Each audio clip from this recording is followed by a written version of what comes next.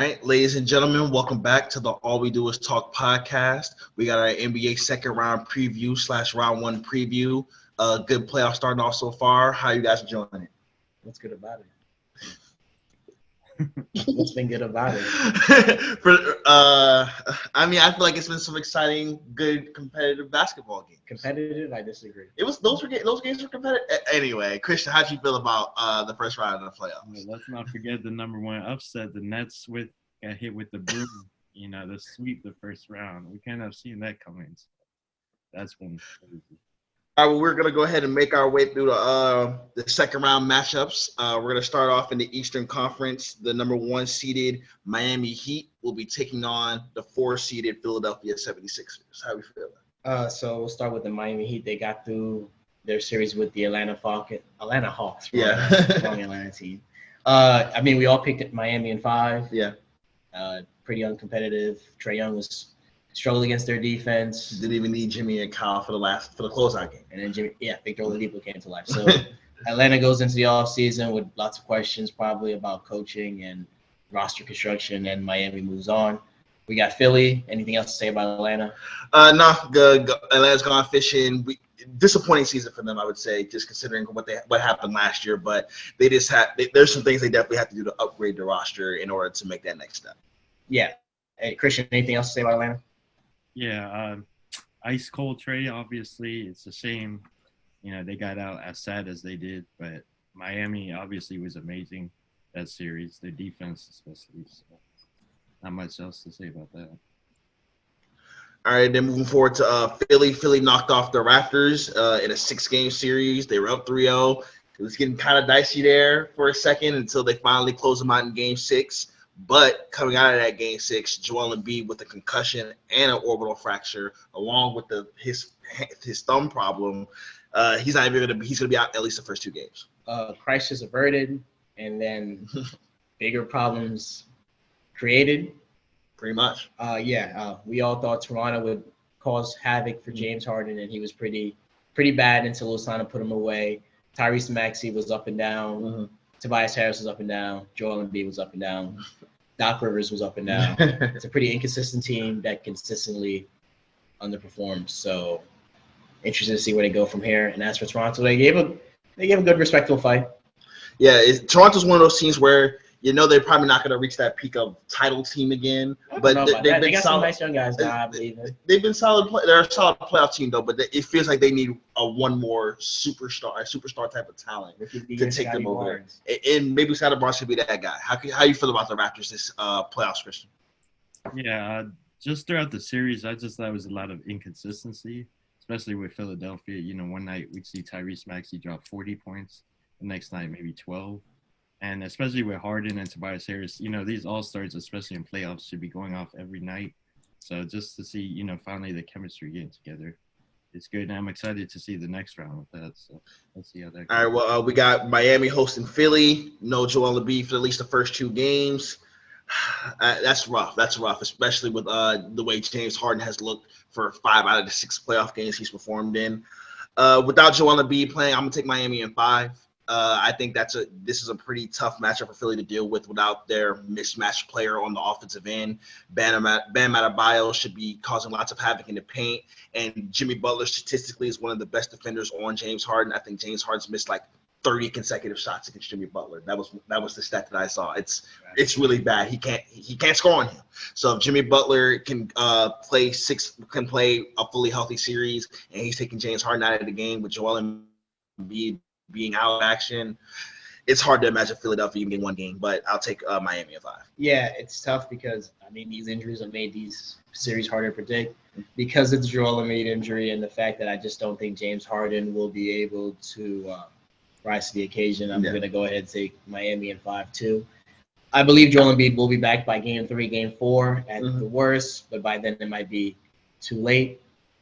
He might get them a game, keep them close in another closeout game, and then Miami finally puts him away in 5, but I'll take Miami in 5. Christian, who you got? Yeah, so I agree actually with the both of you. I have Miami at 5. Obviously, the biggest key factor here is Embiid being out possibly the first 2 to 3 games is what I'm hearing. But, even with that, we don't know how he's going to be when he comes back. So, I think is the biggest factor. Other than that, Miami, proved how great they are defensively and offensively as well. Just it's amazing. Old man PJ Tucker is still, scoring in playoffs. So, I'm excited to see that. But I have Miami at 5. All right, we can go ahead and move on to the other matchup in the other second round matchup in the Eastern Conference, which started earlier today with the Milwaukee Bucks taking a 1-0 lead over the Boston Celtics. Milwaukee finished off Chicago in a pretty easy 5 games. DeRozan had one crazy game too. The next 3 games, the average margin was like 25, 30 points. First round exit for Chicago, and Boston got the clean sweep over the only sweep of the first round. Boston took care of the Brooklyn Nets in a nice 4-0 changing of the guard, it almost felt like. Well, yeah. I mean, I'm going to want to start with Brooklyn, but I don't really want to slander away at Kevin Durant and Kyrie Irving. They played pretty terribly. Surprisingly, big series from Bruce Brown, who's going to be a free agent. Big series from Goran Dragic. Blake Griffin came out, break glass emergency, did some work. Just terrible performances from Kevin Durant all around until probably the last game. And Kyrie played good in one game. And I told Moody that buzzer beater that they stole in game 1 was going to be big, and then they blew the 17-point lead in game 2. Celtics make easy work of a series that could have easily gone the other way if just a couple other bounces or maybe Kevin Durant just shows up. And as for the Celtics, their defense looked amazing. We've already seen them play already, so it's it's going to like cloud my judgment for what we see for the future, but they did a good job in the first round. And as for Chicago, they got manhandled. We all picked them to get manhandled. We all picked them to get swept. So for them to win a game, fantastic, good for them. But they got to do something about that team. They got a lot of questions. Yeah, definitely Chicago. It got to the point where it was almost just they were happy to be there. The way the last 3 months of the season worked out for them. They got a game that's as good as you could probably ask for, especially with all the injuries and stuff. It seems like they're going to be a team in lots of transition this upcoming offseason. Milwaukee, they took care of business. They're the defending champs. They have the best player in the league. Not a whole lot else for you to really say about them. The most surprising result definitely is what Boston did to Brooklyn. It's the way they were able to defend Kyrie Irving and Kevin Durant. It's a defense performance we haven't really seen in a long time. It was spectacular. It was special. Jason Tatum and Jaylen Brown were unbelievable in the first round, and now their work's cut out. And now obviously they got their work cut out for them in an even tougher matchup. For Brooklyn, the super team era might be coming to an end. I think that's the best thing you can say about what happened to the Brooklyn Nets this year. Just you need all your guys available if you're going to be built on stars. We didn't even talk about Ben Simmons. Yeah, we didn't even get a chance to talk about Ben Simmons. Ben Simmons and his fits. You can see why he's demanding $20 million from the Sixers. Those fits aren't cheap. They're going to cost lots and lots of money. But Brooklyn won playoff series in the 3 years they've had KD and Kyrie together. The pressure's really on for this upcoming season for them to find a way to really, they need to win a championship, but even more so just getting out of the first or second round. This was a very disappointing performance for them in the first round, but you could tell their chemistry just wasn't together, and Boston was a team that was clicking at the right time. Christian, what you got to say about the first round series for these set of teams? Yeah, so for Chicago Bucks, we obviously saw that coming, an unstoppable Giannis coming at a Chicago team full of, all-stars that practically can't guard Giannis. So even with no Middleton and Bucks, we still see that Chicago had no chance. But other than that, just Milwaukee was hella impressive the way, obviously they dominated most games. And we already saw that coming. As for Celtics and Nets, it was a shame what happened to Kyrie, KD. Eric clearly was a Tatum show, really. Because obviously they were being strapped, amazing defense. And, just kind of going back to what you were saying, no one really saw that coming, a 4-0 sweep. So it was just amazing. Not much to say about that. All right, we can move on from Isaiah's pain here and the brooms that was broken out on them. Everybody's teams on this podcast show are at home with 0 playoff wins for the season. Cancun. 1, 2, 3, Cancun. All right, we can move on to this matchup between the Bucks and the Celtics. Obviously, one game has already happened. We saw what the Bucks looked like today. for sure that's going to have some sort of influence on how we feel about the rest of this series. Boston appears to have a better basketball team top to bottom, but Milwaukee just knows how to win. They just have that championship medal. They have the best player in the series. He's young. He's dominant on both sides of the ball. I'm going to take the Bucks in 6 here. Dominant game 1 victory for them, especially on the defensive end. You expect Brown and Tatum to bounce back and have much better performances than they had today. It was game 1, usually a feel-out game, especially in the second round where shit's starting to get really serious. But I'll take the Bucks in 6. I think it'll be a nice back-and-forth series, but Milwaukee will get the extra game. We'll get the closeout game at home, and I think that'll be enough to make sure this series doesn't go the full 7. And I think that's whether Chris Middleton plays or not. Yeah. Seeing the game today, it definitely shifted where I was picking. Without Chris Middleton, I was favoring the Boston Celtics because of their defense. Mm-hmm. But Milwaukee broke all those rules today. Their size looked like it's going to be problematic. Excuse me. I mean, Brook Lopez looked the best I've ever seen Brook Lopez look in years today. I was shocked of how well he was at rim protection and just playing help defense. But I'm going to switch it up. I bet the Celtics, but I'm going to pick Milwaukee.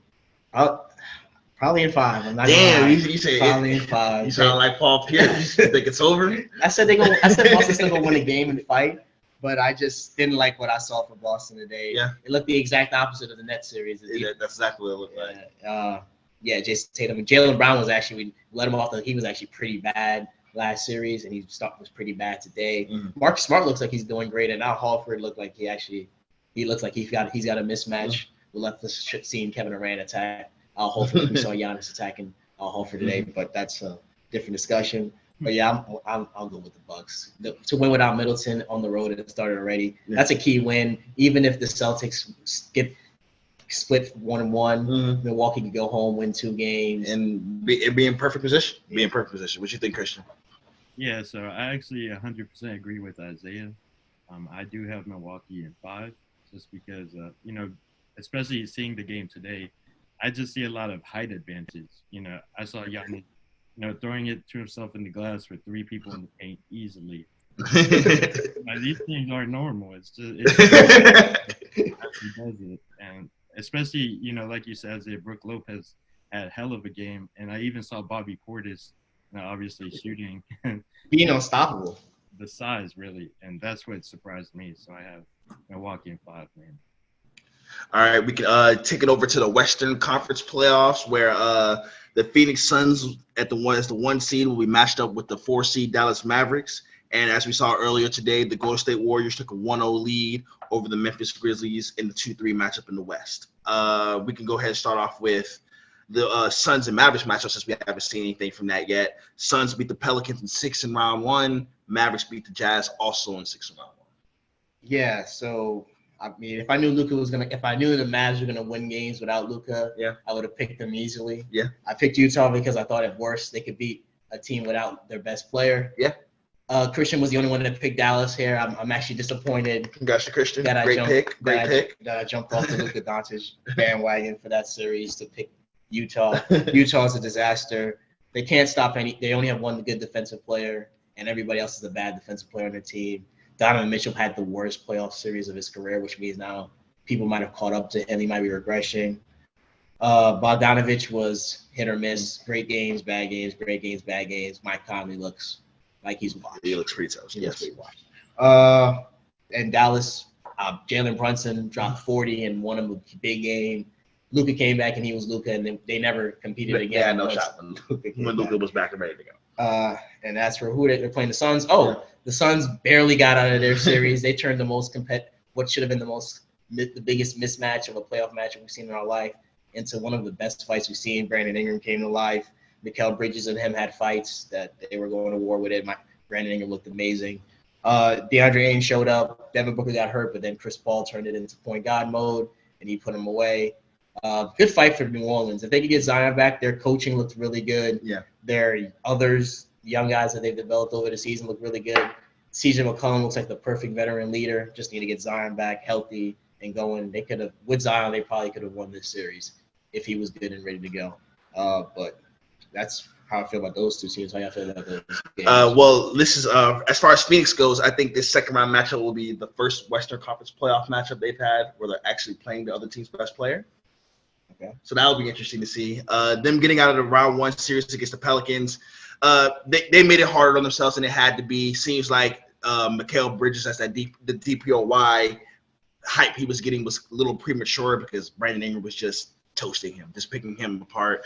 That was a rough matchup for them. Jonas Valanciunas and Ayton was a old school throwback matchup of the bigs. Like Isaiah said, the Pelicans, despite being 12 games below 500 this year, they were more of a 500 basketball team when they got CJ in the second half of the year. They look good. They look really good. They look competitive in their first playoffs. They got a couple of games off the 1 seed. Even with Devin Booker being hurt, as we've seen in Milwaukee championship teams, they can survive an injury against a team that they're significantly better than. The Pelicans, they gave it as much fight as they could. Chris Paul had to have average 20 points a fourth quarter to really put them away. 100% shooting. Yeah, so fantastic effort from the Pelicans. They are definitely an ascending basketball team. Hopefully they can get Zion back. For Dallas, we'll start with Utah. Just they peaked. I think that's the best way to put it. Where did they go? They went to the second round. When they beat Russell Westbrook all those years ago in OKC? They peaked. That's it. Wow. They knocked off Memphis last year, so they have another. They went to the second round last year twice. Too. But Utah's just we know what they are at this point. They're second round playoff team. They have a really good player in Donovan Mitchell. They got an all-star Rudy Gobert, but they just don't have enough on the rest of the roster to really compete, especially on the wing, to really compete in the at a championship level. So they're gonna have to make some tough decisions. You don't expect Point Snyder to be back, but I think Utah. That's you want to become coach of the Lakers. That would be nice, but I think Utah they've reached their height as a basketball team, and they've got to move on with that core. Dallas, they look fantastic, especially on the defensive end. It's really, really surprising how much of a defensive turnaround they've had. The Porzingis trade looks better and better every single week with the way they've been able to raise their team's level. But heading into the second round here in a really, really tough matchup against the Phoenix Suns, it feels like the Mavericks have more of the momentum just based off of how their series ended. What do you think, Christian? Yeah, so starting with the Pelicans-Suns matchup, kind of like what you guys said, I see a lot of potential in this Pelicans. Obviously they have a lot of young talent, CJ McCollum, Brandon Ingram, and let's not forget the number 1 draft pick, Zion Williamson, who we barely see play. But they gave it a lot of heart, a lot of fight. Obviously, Phoenix Suns, they had a lot of talent, played better defensively, offensively wise. And we had to see point guard go God mode the fourth game with, I think it was 12 and 12, or 12 for 12 on the field. So, that's kind of says as much as you need to hear about that series. Obviously, Phoenix was going to win with those stats. But, I'm excited to see Pelicans next year and see what they can bring to the table with their, Valanciunas as well. Who would thought he would go off as much as he did. And as for, Dallas and Utah, I obviously saw Dallas like I was telling you. I thought, like I said before, I thought they had the best trade with Porzingis for Spencer Dinwiddie. I think it was Davis Bertans as well. But he was out there playing. Yeah, but I feel like Spencer Dinwiddie was more of a better fit on that Dallas Mavericks team, just because he kind of brings that guard presence that Luka doesn't bring. Since I don't know, he doesn't. It's just a different type of another ball handler. Another ball handler. And I did like Reggie Bullock as well, just coming off. But, this Utah team, obviously they've shown that they're pretenders.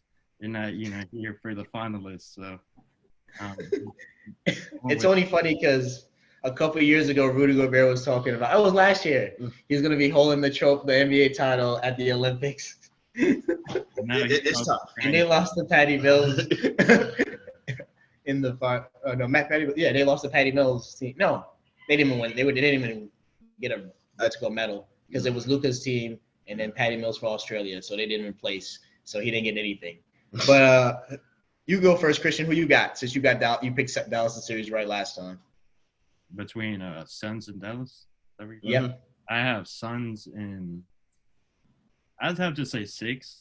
Just because this Dallas team, I want to say 5, but this Dallas team, I've underestimated them, so much throughout the semester or this season. We'll see what they bring to the table. But, Phoenix, I obviously said I have going to the finals just because they seem to impress me. Obviously, their chemistry-wise, offensively-wise, and DeAndre Ayton has been playing amazing, being that, additional piece other than Chris Paul and Devin Booker scoring. So that's my pick. Yeah, it'll be interesting to see how healthy Devin Booker actually is. He only had to come back for one game. He played 30-plus minutes. Didn't really look like himself. Now they've had a little bit of a breather. Hopefully that hamstring is ready to go. I've been going back and forth all week about trying to figure out what this matchup was going to be since we found out it was going to happen. I think I'm going to take the Suns in 7 because I also picked the Suns to return to the NBA Finals. But I think these are two evenly matched basketball teams. Luka's the best player in the series. I don't think there's any question about that. But Suns probably have a better, deeper team overall. And I like the Suns coaching a little bit better as well. And they have the home court advantage. But I'm expecting a really, really exciting second-round series. I'll take the Suns in 7. Yeah, I've been going back and forth on this one. And I'm gonna rock with Luka and feel sorry for Mikal Bridges because it's gonna be a hard playoffs for him. Another long series. I'm gonna take the Mavs in 7. I think this is gonna be probably one of the most epic series that we get. Dallas versus Phoenix used to give us lots of epic series when they had Dirk and Steve Nash in that era. So this is an old school rivalry. I like Luka as the best player by far on the court at all times. So as long as he stays healthy, and if Devin Booker's even nicked up now, he's a little behind. Chris Paul looked hit or miss. He looked great when he was closing out, but he looked at some moments he looked a little. He was doing a lot of heavy lifting, a lot of carrying for a guy his age. He needs Devin Booker there taking on that weight. DeAndre Ayton, that should be interesting versus Powell and what's the kid that was shooting all the shots? Kleber. That's gonna be some interesting matchup for him because both of those guys can shoot and pull him out of the paint. I like what I've seen from Jason Kidd, what he's done for the Mavericks defensively. I think Dorial Finney-Smith's a good matchup for Devin Booker. Mm-hmm. I think Jalen Brunson's a good matchup for Chris Paul. Yeah. I think defense is really good for helping you win these type of series, so that's why I'm going to rock with Dallas. And we haven't seen it, so maybe I just – all right, so Christian's got me and Christian got the Suns in 6 and 7. Isaiah's got the Dallas Mavericks in 7. All right, we can move on to our last second-round matchup, another game that did happen today. The Golden State Warriors took the 1-0 lead over the Memphis Grizzlies. Golden State in round 1, a gentleman's sweep, we'll call it, against the Denver Nuggets. I don't remember who they play. Oh, yeah. The Nuggets managed to fight hard and win a game, but Steph Curry is the greatest sixth man in NBA history, and the rest of the guys took care of business there against Denver. And then the Memphis Grizzlies won a very, very tough 6 against the Minnesota Timberwolves in round 1 as well. Yeah, I mean, first I'll knock out Golden State versus Denver. Jokic was amazing. Yeah. Denver's missing their second and third best player. Yep. Aaron Gordon actually showed you something in the back end of that series, but he's probably not anybody you ever want to be your second best player on no playoff team. You're not winning a lot with that. Will Barton is, Facu Campazzo and Austin Rivers are probably guys that aren't NBA players at this point, which is crazy to think about that for Austin Rivers. So Denver, they have a lot of questions, and they are going to have to offer Jokic his supermax this offseason. It'll be interesting to see if he takes that, because if he doesn't, trade him. We'll figure out where they go from that. That's another story that's going to be developing. And Golden State, biggest thing that I took from that series was the rise of Jordan Poole. Yeah. A kid that was taken in the second round that's shooting the lights out now, like he's like Steph Curry or Klay Thompson. He's a new splash brother. Which is something that you just couldn't imagine. He was amazing again today. Draymond Green was looking great. Klay Thompson, Steph Curry, Steph, Dre, and Klay. You know what it's about. You know what it's about. They look ready to go. On the other side, we had Memphis, who I thought would win a great series in 6. Mm-hmm. One of the best series I thought of the first round. Definitely. Karl-Anthony Towns was Dr. Jekyll and Hyde, back and forth, great games, bad games. Steven Adams found out early that he wasn't going to be a part of the series much.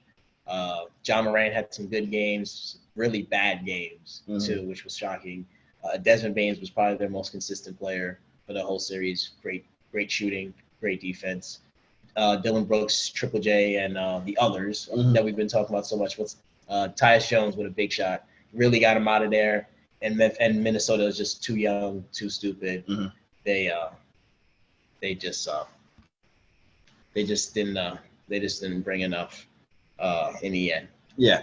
I'll talk about Golden State, Denver. Like Jokic, arguably the best player on the court in that series. He was fantastic, but he just doesn't have enough around him for them to truly compete. Yeah, like you said, the contract extension is going to be the big talking point of the summer. If they can get him worked out and get Image and Jamal Murray back healthy, they should be fine. If not, that's going to be a rough fall for the Denver Nuggets. For Memphis, I was the only one who picked Memphis in just 5. I think you and Christian both took them in 6. I thought they would have an easier time, but Memphis showed a lot of young tendencies in the playoffs. There's a reason why young teams don't generally win, and I thought they showed a lot of those tendencies in the first round. But luckily, Minnesota is just as young, but also not as good. So their mistakes were much more compounded, and it cost them a lot more in the end. Good fight though, really, really good fight. Minnesota, there's a scenario in which Minnesota should have won the series if they were just better able to close out games. It was that close, so give Minnesota a lot of credit. If they can maintain that consistency, add to it, they should be a really, really dynamic basketball team, kind of like how Memphis was last year. Christian, what did you think about these guys as first round opponents? Yeah, so not much to touch up on the Golden State Denver matchup, just because we all know Jokic had an amazing game throughout the series, and it wasn't enough to carry his whole team. Obviously, going against the whole Splash Bros, good piece from Draymond Green, Andrew Wiggins, adding to that. It was just, overall great from Golden State. So that's the best Denver could ask for to win one game. So a gentleman's sweep, like you guys said. So nothing else on that. Kind of already knew that was, what was going to happen. And as for Memphis and Grizzlies, I thought this was actually one of the best matchups of all the games, just because we actually saw more competition with, both teams being young and still developing. But, we clearly saw Cats and most of these other Minnesotas not having the experience in the playoffs really affected them, also, especially in the fourth quarter. Obviously in playoffs, it's all about closing. And, once you lose a 30-point lead in the fourth quarter, there goes your momentum throughout the whole series. It's just your confidence. Especially if you do it twice in one game. Especially, exactly. Yeah, so Cat, you would think he would learn his lesson in the next game. It happened again, so it happens next year, but I don't see I don't see them going forward. Like you said, Moody, they're still developing, so we'll see how they are next season. One last point, bad series for D'Angelo Russell. Yeah, tough for D'Lo. He's still making $27 million a year. So he has to go straight for his bag. But I'm saying it's not even a tradable contract. So he got traded. They traded for him. Yeah, when you still had hope that he could not fold in the playoff series. And once the playoff series rolls around, like, And Anthony Edwards, he looks like he's got a bright future ahead of him. All right, well, let's go ahead and pick it. Golden State did win today on a 1-point game-winning shot from Klay Thompson, game-winning defense from Steph Curry. That championship mentality, we know what it is. I was going to pick Golden State before the series even started, so this makes it easier for me. I'll take Golden State in 6. Steph and Klay, they haven't lost a regular playoff series since Mark Jackson was the head coach. They lost the finals. I said a regular playoff series, a Western Conference playoff series. They have not lost since Mark Jackson was the head coach. Yeah. That is just an unbelievable stat. They've only lost in the finals to LeBron James and Kawhi Leonard. These guys know how to get the job done in important moments. I don't expect that to be any different here. I'll take Golden State in 6. Steph's the best player in the series. Memphis is just too young to be able to close a team out like this in a 7-game series. Yeah, so my initial bets are on Memphis to win this in 6, but I cannot be blind to what I've seen today. Their inability to close out Golden State, I just can't ride with that anymore. Yeah. This was a big game. I thought if there any scenario where they were winning, they were going to have to defend home court. Mm-hmm.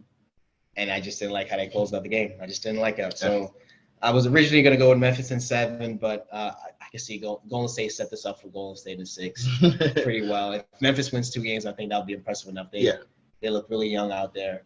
Even though they kept fighting. They had a chance to win the game at the end, despite the mistakes that they were making and stuff like that. They just Draymond got ejected from the game at halftime. So just Golden State just knows how to handle it. What do you think, Christian? Yeah, so I agree with you. I think Golden State obviously is the better team here, but I say Golden State in 5, just because watching it today, I thought the only reason Grizzlies was close was because Klay had a horrendous first half. Only scoring, I believe it was 3 points. And Steph was even shooting bad too. And, the fact that Draymond was ejected, I think it was it 3rd or 4th quarter? I can't remember. Halftime. It was before halftime. Yeah, that's even worse. But, given all those things happening, with that not happening, I would see a blowout. But I'm excited to see it, but I still have Golden State in 5. All right, so just to go back through it, I think we all picked Golden State. Yeah. I think me and Christian picked Phoenix, and Isaiah picked Memphis. Let's go Luka Magic. Dallas. We all picked Miami to win in pretty easy fashion. I think we all picked Milwaukee to take care of business in roughly comfortable fashion. So I think me and Christian's finals picks are still standing. Isaiah, one of yours is still left, but the other one obviously is long gone. But thank you everybody for joining us for this first round second round preview. I think this is when the playoffs really get started. The championship teams really get made during this round of the playoffs. These are going to be the toughest playoff series, I think, for a couple of these teams, and I just look forward to checking it out. Yeah, just get on the internet and slander Kevin Durant and All right, Christian. All right, thanks for having me. Thanks for joining us.